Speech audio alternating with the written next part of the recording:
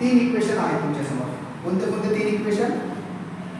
a1x plus b1y plus c1 आणि a2. ठीक आहे. Consistency of these three equations in two variables. What is the consistency? दिलेले तीन equation किंवा दिलेले दोन इक्वेशन कन्सिस्टंट आहेत म्हणजे काय? लक्ष द्या. याच्यामध्ये व्हेरिएबल तीन आहेत, x y आणि z.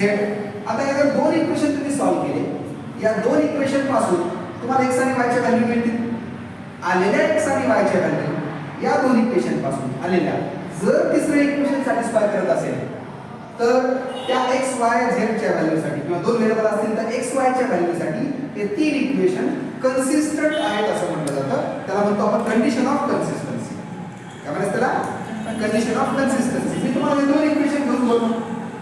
तुम्ही असं पण करू शकता, सेकंड अँड थर्ड घ्या, सेकंड अँड थर्ड सोडवा, सायमल्टेनियसली सोडवा, क्रॅमर्स रूलने सोडवा, कसं सोडवायचं ते सोडवा. व्हॅल्यूज मिळतील x आणि y. आलेल्या x आणि y च्या व्हॅल्यू इक्वेशन 1 मध्ये पुट अप करा, ते सॅटिस्फाय झालं पाहिजे. तर त्यांना म्हणायचं तीन इक्वेशन कन्सिस्टन्स आहेत. आणि हे कधी येतं? जर ही कंडिशन असेल तर. ही कंडिशन असेल तर इक्वेशन कन्सिस्टन्स आहे आणि इक्वेशन कन्सिस्टन्स असतील ही कंडिशन येते. मग ही कंडिशन येते कशी ते आता आपण प्रूव्ह बघणार आहोत. ठीक आहे. मग फर्स्ट सेकंड झालं, सेकंड थर्ड झालं. तुमच्यापैकी काही म्हणतील sir first and second third घ्या. फर्स्ट अँड थर्ड घेऊन x आणि y च्या व्हॅल्यूज काढा आणि कुठे कुठे करा सेकंड मध्ये. सेकंड सॅटिस्फाय झालं पाहिजे. कुठलेही दोन घ्या. आलेल्या व्हॅल्यूने x आणि y च्या राहिलेलं remaining equation third equation satisfy केलं पाहिजे. तर त्याला म्हणतो आपण ते तीन इक्वेशन कन्सिस्टंट आहेत for the values of x etcetera etcetera y etcetera etcetera and z etcetera etcetera. Okay, let's start. 1 2 and 3 या सिस्टम पैकी this is system of linear equations. Okay, this is system of linear equations. First second second third और first third कुठले घ्या. समजा second आणि third घेतले. कोणते घेतले? सेकंड आणि थर्ड. तर मी हा जो सेकंड इक्वेशन आहे याला मी असं लिहितो, late a2x plus b2y is equals to minus c2. याची काय गरज पडली? मायनस c2 ची ट्रान्सफर का करावा लागला? ज्यावेळेस तुम्ही क्रॅमर्स रूलने सोडवता त्यावेळेस कॉन्स्टंट कुठे असतात? राईट साइड असतात इक्वल टू च्या. मग हा कॉन्स्टंट पण तिथे ठेवावा लागेल. क्लियर? हा. Third equation a3x plus b3y is equals to minus c3. हे दोन इक्वेशन आपण घेतले. क्लियर? तर ते सगळ्यांना हे दोन इक्वेशन आपण घेतले. आता हे दोन इक्वेशन ज्यावेळेस मी क्रॅमर्स रूलने सोडवतो, थोडंसं मी जंपिंग स्टेप घेतलं चालतील ना. प्रत्येक each and every step not necessary right here. Understanding clear झाली पाहिजे. ठीक आहे. मग हे जर दोन इक्वेशन मी क्रॅमर्स रूलने सोडवले तर व्हॉट इज आवर नॉलेज? दिसते सर्वांना इथे? What is by Cramer's rule? By Cramer's rule. Clear? What is value of x? dx upon d. And what is value of y? dy upon d. बरोबर आहे? x आणि y variable म्हणजे इथपर्यंत दिसतंय ना? काही डाऊट नाही ना? म्हणजे काही अडचण नाही? दिसतंय इथपर्यंत? ओके. आता मला तुमच्यापैकी कोण सांगेल dx आणि d इथून या दोन इक्वेशन पासून व्हेरी इझी. आताच बघितलं. d कोण सांगेल? What is d? जल्दी बच्चों, what is d? Determinant coefficient determinant a2 b2 first row, a3 b3 second row. Okay, can I write here a2 b2 and second row a3 b3. Okay, this is d. You can tell me determinant dx. What is determinant dx? Dx means remove the coefficient of x column. Minus c2 minus c3. Correct. Minus c2 minus c3.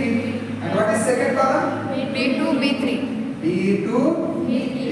Very good. ठीक है. आगे dx dx what dy. हाँ d क्या कर लिखो ऊपर. चलो इसको बाउंड कर देता हूँ. dy. Okay, dy. कौन बताएगा dy? From this d.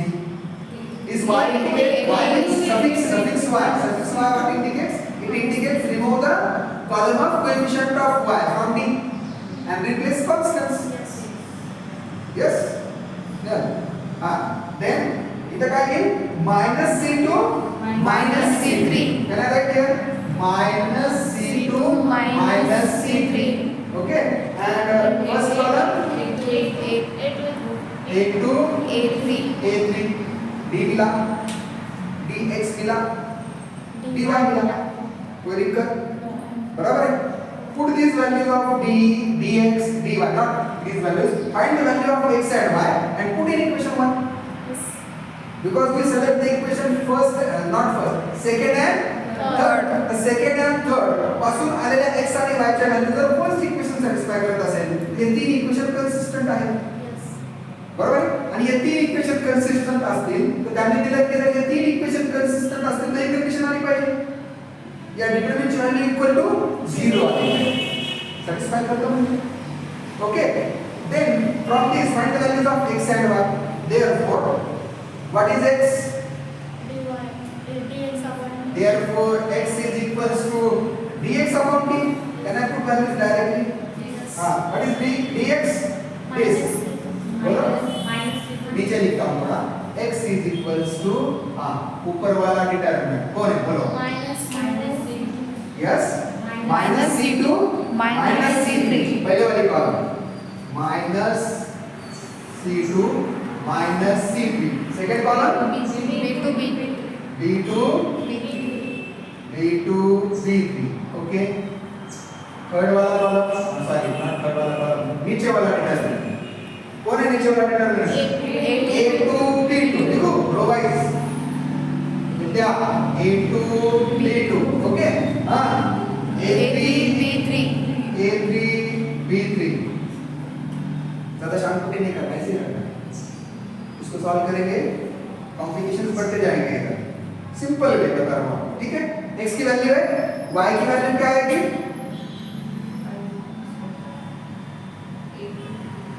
चलो A2 A3 जल्दी. हाँ. A2 A3 y is nothing but dy upon d. What is dy? Yes. A2 minus C2. बोलो. A2 minus C2 very good. A3 minus C3 A3 minus C3. Okay. A2 B2 A2 B2. A3 B2 A3 B3. These are the values of x and y. Okay. Obtain whatever the values of A1 A1 A2 B2 C2 y. ज्या values असतील A1 A2 A2 A3 C1 C2 C3 च्या ज्या values असतील त्याच्यामध्ये put up केल्या तर तुम्हाला कोण मिळेल? x आणि y. तर हे आलेले x आणि y चे व्हॅल्यू पुट अप केल्या केलं आणि कंडिशन मिळणार. थेरम सांगतो असं. मग आता ह्या व्हॅल्यू पुट अप करणार पुढील इक्वेशन फर्स्ट. ठीक आहे. This is equation first. This is second. This is third. आणि मी सेकंड आणि थर्ड घेतले. लेट म्हटले ना. जंपिंग स्टेप्स केल्या. सगळ्यात मोठी बारीक विचार करण्याची गरज नाही. स्टेप्स बघा. Okay. Put these values of x and put these values. कुणाच्या? X and Y. Values of x and y in equation first. Which is the equation first? चलो नहीं लिखा है. मैं लिख देता हूँ. This is equation first. This is equation second. And this is equation third. ठीक है. This is equation first. Write down this equation. What is equation? A1x. बोलो. A1x D1 y plus plus C1 is equals to 0. दिमाग लगे तो रखो. Denominator से में तो क्या करना पड़ता है? क्रॉस मल्टीप्लिकेशन क्या होता है? बेसिक लगेगा यहाँ पर. हाँ. कुछ ज़्यादा ऐसा कॉम्प्लिकेशंस में जाने की जरूरत नहीं है. हाँ. हिंदी भी बोलता हूँ, मराठी भी बोलता हूँ, गुलाबी हिंदी भी बोलता हूँ. चलेगा? नहीं चलेगा. इंग्लिश थोड़ी थोड़ी आपको भी समझ में आएगी, है ना? और सो आगे A1 क्या आएगा? पूजा. A1. What is value of x? This complete value. Okay. A1 नीचे लिखता हूँ. Okay. A1 into ये वाला डिटरमिनेंट लिख दिया. हाँ बोलो. Minus C2 okay B2 minus C3 minus C3 B3 B3 नीचे A2 B2 okay A3 B3 B3 plus okay B1 अगर नहीं लिख रहे हैं तो खड़े हो जाओ B1 ओके डिटरमिनेंट बोलो y की value A2 minus C2 A2 minus C2 minus C2 A3 minus C3 A3 minus C3 और डिटरमिनेंट B तो है ये कॉपी करो यहाँ पे कॉपी पेस्ट A2 B2 अच्छा चलेगा डोके जोरून चालू ये तो नाही ना जायला पण नाही पाहिजे plus C1 C1 is equals to 0 okay A1 into this term numerator divided by denominator plus B1 into this term numerator divided by denominator plus C1 observe that denominator is same here right once नहीं denominator same आहे की नाही हो denominator same असेल तर आपण एकच घेतो किंवा दूसरा multiplying both sides by this determinant get cancelled this determinant get cancelled and this determinant comes here in multiplication with C1 what is the same you are numerator denominator क्या है करने लगा you directly multiplying both sides by this determinant directly multiply both sides by बोला A2 B2 A3 B3 या इक्वेशनच्या दोन्ही बाजूला या डिटर्मिनंटने मल्टिप्लिकेशन घ्या मल्टिप्लिकेशन घेतल्यानंतर हा डिटर्मिनंट इथं मल्टिप्लाय येईल की नाही कॅन्सल हे आधी हा शिल्लक राहिला इथं मल्टिप्लिकेशन मध्ये इकडे लिहा किंवा इथून लिहा कॅन्सल फक्त हा B1 आणि हा डिटर्मिनंट राहील आणि हा डिटर्मिनंट रद्द करा येईल you is there any doubt then see here therefore A1 into minus C2 B2 minus C3 B3 okay दिसतंय ना okay का मोठं का दूर करा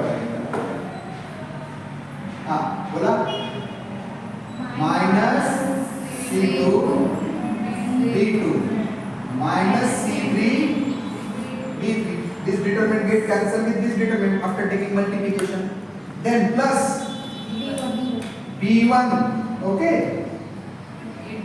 and in determinant A2 minus C2 A2 minus C2 A3 minus C3 okay and then plus C1 this determinant okay हा cancel केला इथं मात्र मल्टिप्लिकेशन मध्ये काय येईल A2 B2 A3 B3 equals to 0 yes दिले ना both sides BS means both sides shortcut दिले तिला आणि 0 ला मल्टिप्लिकेशन केलं तर 0 त्याच्यामुळे इकडे काय लिहायची गरज आहे 0 multiplied by this determinant 0 okay त्याच्यामुळे इकडे काही येणार नाही चालते ना हां आता सिम्प्लिफिकेशन्स करावं लागेल ज्यावेळेस एखादा डिटर्मिनंट तुम्ही फर्स्ट रो वाईज सोडवता त्यावेळेस फर्स्ट रो वाईज सोडत असताना पहिल्या टर्मला साइन प्लस दुसऱ्या टर्मला मायनस तिसऱ्या टर्मला and what is the reason behind that minor cofactors okay tricks काय होती त्याची लक्षात ठेवायची what is the position of A1 A11 first row first column 1 plus 1 2 sub E1 and if the addition of I plus j is even then we give the plus sign 1 plus 2 3 minus third column wise थोड़ा सा बाजूला Third column wise position 30. 30. 3 plus 1 4. Even or even plus minus plus. Okay? See here. पुढे चलायचं पुढे. हो. हा simplification म्हटलं. पहिल्या कॉलम मधून मायनस मायनस कॉमन काढू नको. इथून मायनस कॉमन काढू चालेल ना. जर इथून मायनस कॉमन काढला तर इथं काय येईल? इथं काय येईल? प्लस. मायनस कॉमन काढा. सॉरी इथं मायनस होईल. इथं मायनस होईल. हा त्याच्यानंतर प्लस. इथं प्लस राहील. बरोबर ना? ओके मायनस होईल. इथं मायनस होईल. बरं A1 तर प्लस पाहिजे. ठीक आहे minus multiply both sides by minus केलं तर मायनसचा प्लस होईल. पुन्हा मायनसचा प्लस होईल आणि प्लसचा मायनस होईल. आपला फर्स्ट रो वाईज जर घेतला फर्स्ट रो वाईज तर इथं मायनस पाहिजे नाही म्हणजे का प्लस मायनस प्लस पाहिजे ना. C1 कॉल dx बरोबर आहे का बघा. बरोबर आहे. हे बरोबर आहे. ओके चला हा इथून काय करूया आपण आता मायनस कॉमन घेतलं तर काय येईल इथं okay minus A1 into indeterminant C2 D2 okay हाँ C3 D3 चलो पुढे इथं काय होईल इथं मायनस ओके इथं मायनस B1 इथं B1 दिला इंटू इंडिटर्मिनंट बोला A2 C2 A3 C3 काय अडचण बरोबर हां पुढे plus C1 as it is लिहा C1 ला काही डिस्टर्ब करता येणार नाही. A2 B2 A3 B3 equals to 0. Any doubt? इथपर्यंत काय डाऊट? ही स्टेप मिळाली बरोबर. आता जी स्टेप तुम्हाला मिळाली ना ती स्टेप तुम्हाला थोडंसं असं क्लिक झालं पाहिजे की हे एक्सपान्शन आहे या डिटर्मिनंटचं. बट या डिटर्मिनंटचं एक्सपान्शन जर तुम्ही फर्स्ट रो वाईज घेतलं तर फर्स्ट टर्मला प्लस साइन येतं. बट इथं काय and we already learn the properties of determinant. Second number property if any two rows or columns of determinants are interchanged then the value of the determinants changes only by sign. बरोबर आहे की नाही. मग ही पहिली column उचलून इथे टाकतो आणि दुसरी कॉलम उचलून आधी घेतो चालेल. तर हा डिटर्मिनंट प्लस चा काय होईल मायनस आणि already minus plus. Property of determinant इथं याची गरज नाही. प्रॉपर्टी स्टडी केलेला आपण प्रॉपर्टीज ऑफ डिटर्मिनंट आपण स्टडी केल्या. There are 7 properties. Out of that 7 properties the second one if two rows or two columns of a determinant interchange then the value of the determinant changes only by sign. म्हणजे याचं सध्या डिटर्मिनंटची value plus आहे पण जर first column second कॉलमच्या जागी लिहिली आणि सेकंड कॉलम फर्स्ट कॉलमच्या जागी लिहिली तर काय होईल साइन चेंज होईल. प्लस चा काय होईल आणि ऑलरेडी मायनस होता तो मायनस मायनस प्लस. इथं चेंज करा इथं तसंच राहू द्या. इथे याची गरज आहे आपल्याला मायनस. इथं मायनस नाही चालत. मग लिहू by the property by the इथं लिहित नाही बाय द प्रॉपर्टी पण डायरेक्टली लिहू आता. Then see here therefore A1 into B2 B3 बरोबर. ये कॉलम को यहाँ पर डाल दो और फर्स्ट कॉलम को इधर डाल दो. समझा ओके हाँ B2 B3 B2 B3 C2 C3 okay minus हाँ B1 हाँ A2 C2 A3 C3 इधर तो कोई प्रॉब्लम नहीं. A2 C3 A3 sorry A2 C2 है ना and A3 C3 A3 C3 okay then plus C1 into in determinant. दिसेल नाही का पुढे okay A2 B2 A3 B3 A2 B2 A3 B3 and equals to 0. Okay, now carefully observe that this is the expansion of this determinant or not. Expand this determinant.